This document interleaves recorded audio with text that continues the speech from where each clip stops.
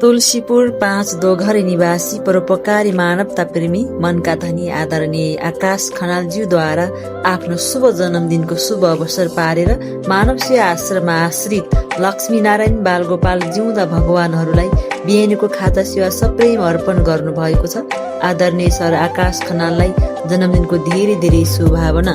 यस मानवीय सेवाको कार्यमा पुर्याउनु भएको योगदानलाई हृदयदेखि नै आभार सँगसँगै सम्पूर्ण परिवारको उत्तरोत्तर प्रगतिको लागि भगवानसँग प्रार्थना गर्दछौँ। धन्यवाद।